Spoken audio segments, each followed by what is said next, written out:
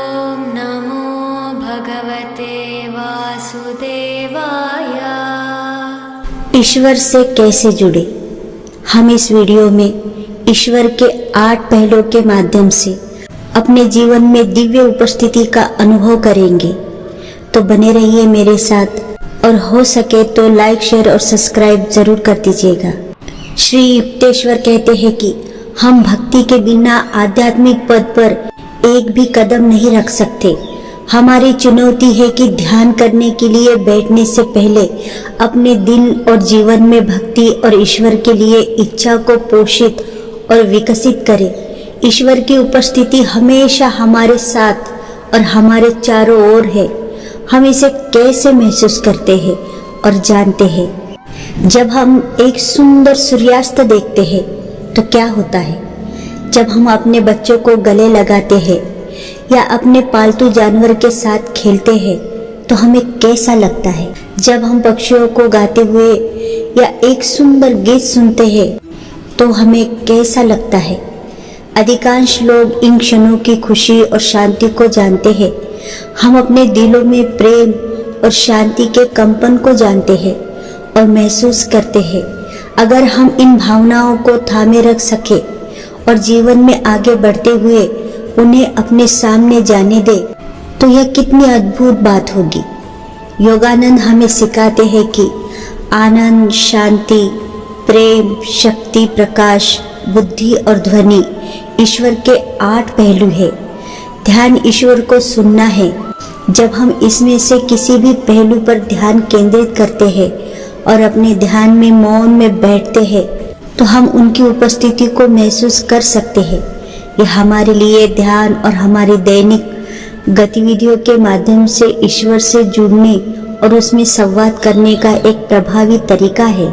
हाल ही में एक मित्र ने ध्यान में अपनी प्रगति की कमी पर निराशा व्यक्त की। मुझे ध्यान में कभी भी ईश्वर या गुरुओं का दर्शन नहीं होता, उसने बड़ी निराशा के साथ कहा। यह महसूस करते हुए कि उसे महसूस हुआ होगा, मैंने उससे पूछा कि उसने क्या अनुभव किया। उसने जवाब दिया, मुझे कभी कभी खुशी, कभी कभी शांति और अक्सर गहरी भक्ति महसूस होती है। उस एक वाक्य ने उसने दिखाया कि उसने वास्तव में ईश्वर का अनुभव किया है।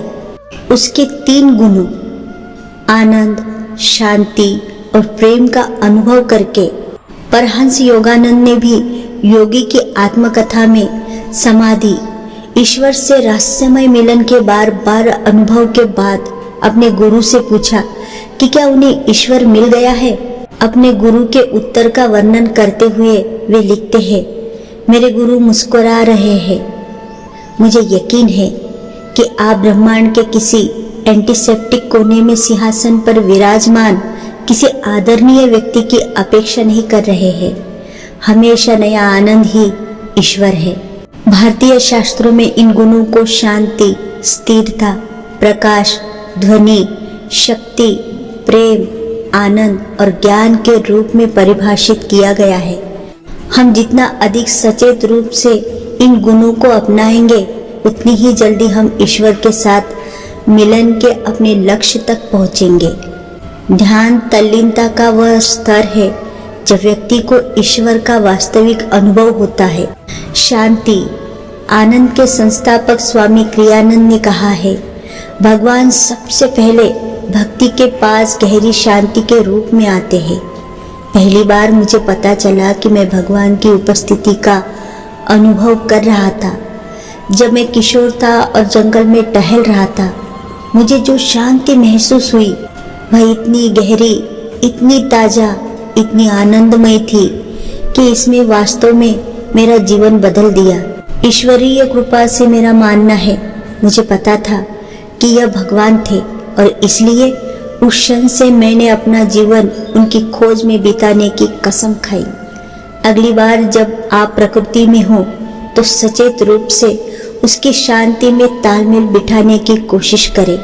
अपने आसपास की शांति के प्रति सजग रहे, वहाँ ध्यान करें और महसूस करें कि आपकी सभी विचार, आपकी चिंताएं और आपके बोझ उस शांति में शांत और शुद्ध हो रहे हैं। अपनी जागरूकता का विस्तार तब तक करें जब तक कि इसमें पेड़, पहाड़, पक्षी, हवा शामिल न हो जाए। अपने आसपास की शांति के साथ एक हो जाए।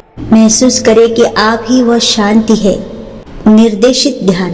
स्वामी क्रियानंद हमें यह दिखाने के लिए एक निर्देशित ध्यान प्रदान करते हैं कि ध्यान के माध्यम से ईश्वर से कैसे जुड़े और ईश्वर को शांति के रूप में महसूस करने में हमारी मदद करें। ये लहरों वाली झील की कल्पना करें।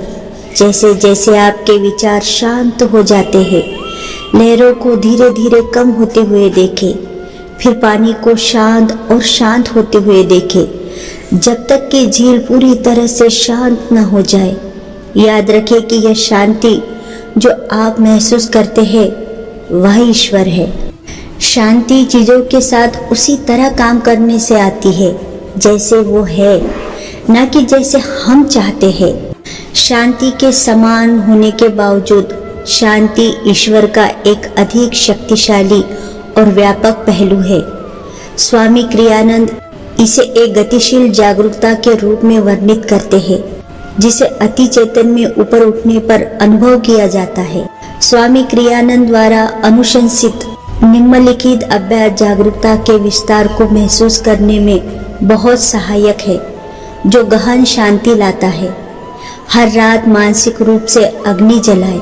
इस अग्नि में अपनी सारी आसक्ति, इच्छाएं और जिम्मेदारियां अर्पित करें। कल्पना करें कि आप रात के दौरान मर सकते हैं और आप इस दुनिया को पूरी तरह से मुक्त छोड़ना चाहेंगे। ध्यान करते समय हमें यह रवैया अपनाना चाहिए। जब हम सांसारिक उलझनों से इस स्तर की आज़ादी प्राप्त कर लेते हैं तो हम उस व्यापक शांति का अनुभव करते हैं। जब जीवन की छोटी सी लहर दिव्य आनंद में ब्रह्मांडीय समुद्र में समा जाती है, तब शांति पूर्ण रूप से प्राप्त होती है। रोशनी। कई संतों ने ईश्वर को एक महान प्रकाश के रूप में अनुभव किया है। जब हम ध्यान करते हैं और भोग के बीच बिंदु पर प्रकाश देखते हैं तो हम उसे प्रकाश के रूप में देख रहे होते हैं। जैसा कि मसीहा ने हमें बताया है, शरीर का प्रकाश आँख है, इसलिए यदि तेरी आँख एक हो तो तेरा सारा शरीर भी प्रकाश से भरा होगा। आनंद में हम जो कई भक्ति गीत गाते हैं उनमें भगवान से प्रार्थना की जाती है कि वे हमारे पास प्रकाश के रूप में आए। मेरी पसंदीदा में से पहली 2 पंक्तियां हैं, जब मैं जागूंगा तो मैं तेरा चेहरा देखूंगा, जब मैं जागूंगा तो मैं तेरा प्रकाश देखूंगा। ईश्वर को प्रकाश के रूप में पुकारना उन तरीकों में से एक है जिससे हम ध्यान के माध्यम से ईश्वर से जुड़ सकते हैं। ध्यान में समय बिताए और अपनी भोगों के बीच बिंदु पर ध्यान पूर्वक और गहरी भक्ति के साथ देखें और आप वहाँ उनकी प्रक्रिया देखेंगे और महसूस करेंगे। यदि आपको ध्यान में प्रकाश दिखाई नहीं देता है तो कल्पना करें कि ईश्वर का प्रकाश आपको नहला रहा है, आपको शुद्ध कर रहा है और आपको मुक्त कर रहा है।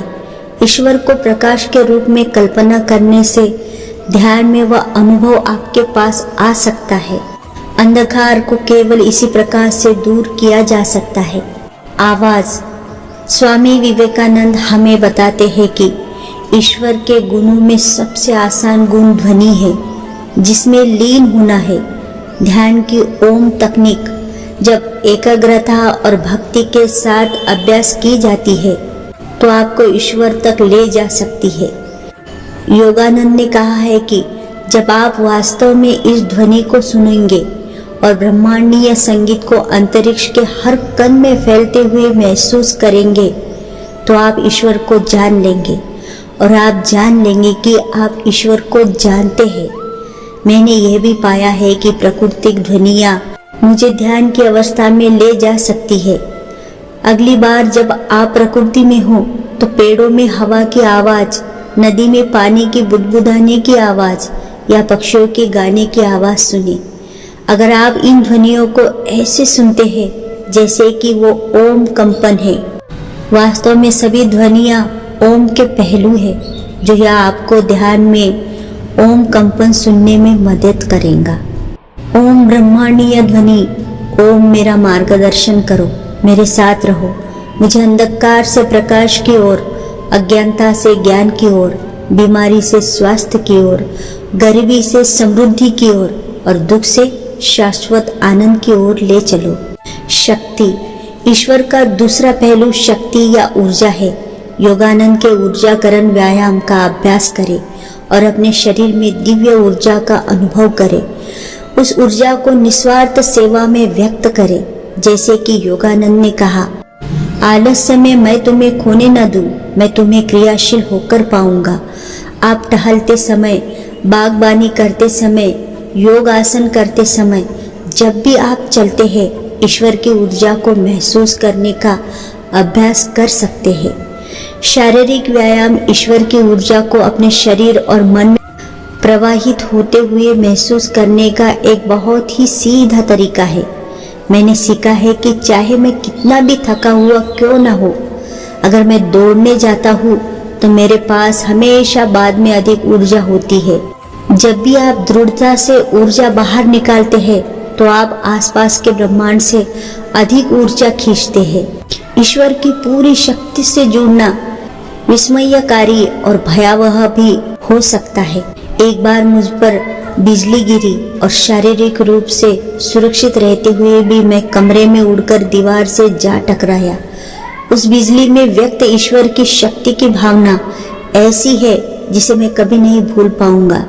इस तरह की शक्ति जो दिव्य सामंजस्य के साथ आती है, हम संतों में दिखते हैं। हर प्रकार का चुंबकत्व ईश्वर के प्रेम की चुंबकीय शक्ति से पैदा होता है। प्यार, प्रेम ईश्वर का एक ऐसा गुण है जो इसके सभी गुणों को आकर्षित करता है। भक्ति के बिना हम ईश्वर को उसके किसी भी रूप में आकर्षित नहीं कर सकते। हमेशा अपने ध्यान की शुरुआत भक्ति मंत्र से करें और किसी भी ध्यान तकनीक का अभ्यास करने से पहले गहराई से प्रार्थना करें। मेरा पसंदीदा अभ्यास योगानंद की आंखों की कल्पना करके ध्यान समाप्त करना है। जब मैं प्रेम और भक्ति के साथ उनमें दिखता हूँ तो मुझे उनके बिना शर्त वाले प्रेम में नहाया हुआ महसूस होता है। एक विशेष प्रतिज्ञान ने मुझे भक्ति के विकसित करने में बहुत मदद की। जब मैं आनंद में गया तो मैं स्वभाव से एक सन्यासी था। मेरे लिए प्रकृति में ईश्वर को महसूस करना आसान था, लेकिन दूसरे लोगों में ईश्वर को देखना मुश्किल था। इस कमी को दूर करने के लिए मैंने योगानंद के एक प्रतिज्ञा का उपयोग किया। मैं दूसरों तक प्रेम और सद्भावना फैलाऊंगा ताकि मैं ईश्वर के प्रेम को सभी तक पहुंचाने का मार्ग खोल सकूं।